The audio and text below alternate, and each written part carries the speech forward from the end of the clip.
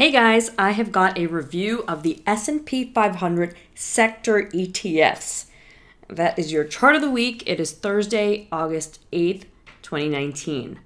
Technically, it is several charts. I'm going to go through each of the sector ETFs pretty quickly, and this is in part because of the moves that we've had in the S&P 500 and because what I've been seeing when I've been analyzing picks for the stock picks grid over the past few weeks. So wanted to take a look at the sectors with you and namely point out what key timing points are coming ahead.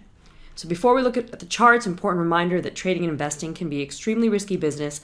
Therefore, it's your responsibility to evaluate any information, opinion, advice, or other content contained in this video. So here I've got a daily chart with candlesticks and RSI power zones. And I've got the sector ETFs listed down the right here, in alphabetical order, just to keep things simple and easy. So starting off with XLB materials, you can see as we come in closer to the price action that we are lifting off with the RSI power zones. Now they're not in a particular zone, but they are very close to prior oversold levels. So that's a hint that the current up move might persist. In the short term, I have a key timing point for August 19th. I think what happens into August 19th will determine whether this is a continued break to the upside or just a recovery and then another move lower. So if this keeps recovering into August 19th, that might be a setup for a high. If something significant happens before August 19th, then that brings focus out to the bigger picture targets, which I'm going to share with my full skinny members as we get closer to those targets. Because when you make a long-term projection, like one's out here, which you can see is in October, it's better to come in and double check it and refine it as you get closer, depending on the price action that unfolded in the meantime. So that's the deal for XLB, looking like it's in a healthy recovery, but again, August 19th, key time to watch.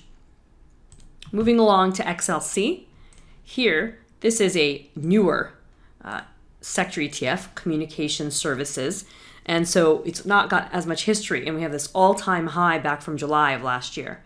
And so it looks like we're on our way to return to that high. This has key timing coming in for tomorrow, Friday, August 9th. That's what got me looking at these sector ETFs and wanting to flag them for you. So that could suggest that the current recovery will cap out tomorrow or accelerate. That's the thing about timing points. We don't know which one they're going to do. Moving along to XLE, given the volatility in oil this week, we had a big recovery going on the past 2 days. Now, what I'm looking at is RSI power zones not only coming out of the bear support power zone, but also holding close to prior oversold levels. So this is a good look. This is a good sign, for XLE. But this also has key timing coming in on August 9th. So again, Friday, August 9th, be careful out there. The recoveries that are in place may not persist. They may cap out August 9th, or it might be signifying an acceleration of the up moves. These timing points are very helpful to be ready for big moves in price, but always, always, always use price to confirm. Okay, make sure price is doing what you think it might into a key timing point. Here's the XLF financial sector. Now, this confirmed trendline support that I connected from March 25th through June 3rd. It was confirmed with the past couple days of price action. You might look at this and say, that's not a confirmation, Hima. Look at this sloppy mess. Well, look, we never got a closing value below that tentative trend line. Now it's confirmed. And also RSI lifting off.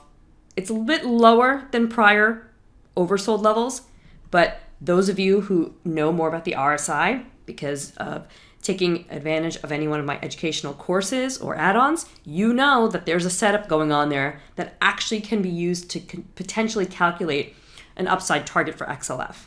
Okay, it's a little bit early, and I would be wary of that because we have key timing coming in for August 16th, so a little further out, but that's a point at which if this recovery is going to halt, I think it would do so by then. XLI, again, very similar story here. This is industrials. This has a little bit more oomph to it, but August 19th. So potential to return to the highs from April and July. Keep an eye on August 19th for a potential turn. XLK, technology stocks.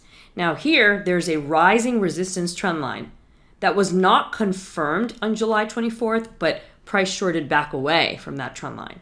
So that is an area of potential resistance if we see this move up to new highs. Timing here is August 19th. Do I sound like a broken record? I just said August 19th for a different sector. So this happens a lot, guys, okay? Timing points sort of clustering and coming together in varying markets. XLP has a little bit more of a close timing point from Monday, August 12th. And this rebound is a little bit sharper, but notice that the prior move was a little bit more broken up. So the grind higher in XLP and consumer staples, I think still has room to persist, but it might be a little bit more of a choppy ride. In fact, I'm seeing as I speak here, trendline resistance that might be useful as a guide. Now, I'm not best fitting the line. I'm taking any two highs and seeing what happens after them. So now I have a trend line that really did help shape price action. Connect May 16th and June 12th highs and see how it approached a couple times in July.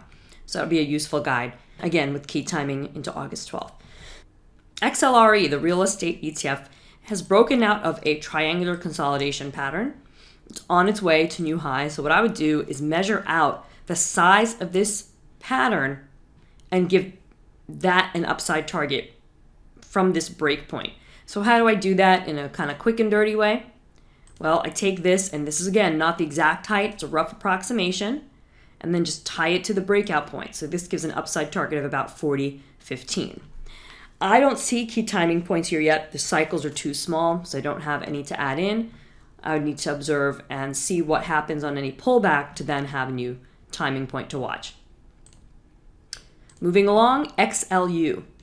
This is a very, very sloppy looking sector. This is utilities. Here we've got lots of sideways price action over the past couple weeks here, but all of it is more of a consolidation, not looking to me like a distribution. And notice RSI keeps holding the bull support power zone.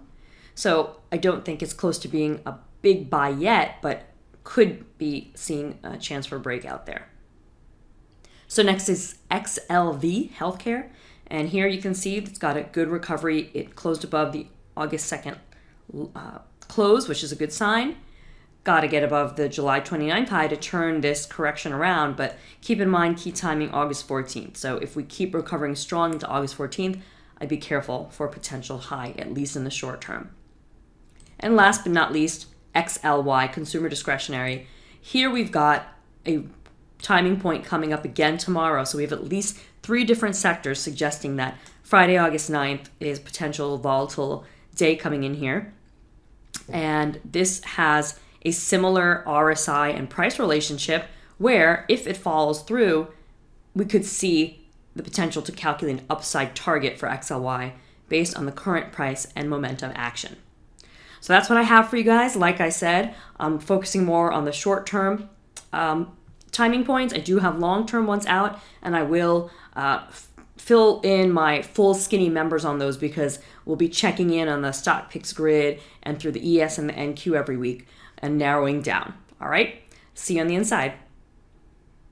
Sign up at himaready.com/tribe gift to get access to more hot, timely, and actionable market analysis.